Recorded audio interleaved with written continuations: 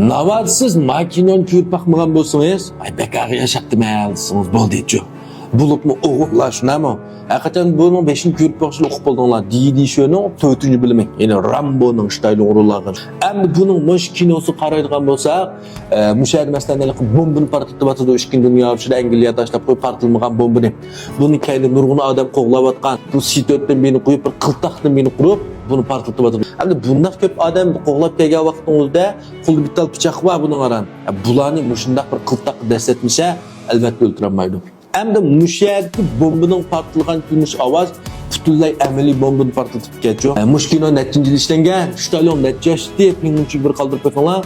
Hem de şu vakit durup bu kinonun tığışa, avaz ünüm, kürünüş ünümü hazırki zamanki jen kino olurdu. Bu kaltı etişki bulurdu. Muş birinci tam çıkanan 4. bölümü karşılar her bir tekken, bombu partılgan yerdeki avaz, kürünüş qarap yapıyorlar. Acayip, rast alet tuygunu vurup atkançı. Bulup mu? Yuanshen avazda, yani asli avazda tanışsanlar, İngilizce düşünmeymeyen sanırım, lekin asli avazda anlatmaksanlar hakikaten o kaltıske düzgün atıdı adamını. Yani bunun sırf keyin işlegen Gansu Dynamo, birinci, ikincileri hakikaten bekliyorum. 4-5 yıllık en akıllı yüzünü öldürüp kıldı gayrı, o bölümü, tas kızım yaptı ki 5 yıllık bölümleri hakikaten bekliyorum çıkan şuna mı?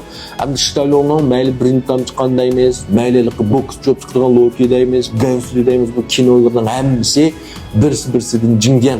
Meyli bir yer uğtekken, meyli partılgan, meyli muşlaşkan görünüşler, acayip avaz görüştüm tatip. Hakikaten her kandak bir oğullar yaktırdıgan körüş, tegişlik bir kino.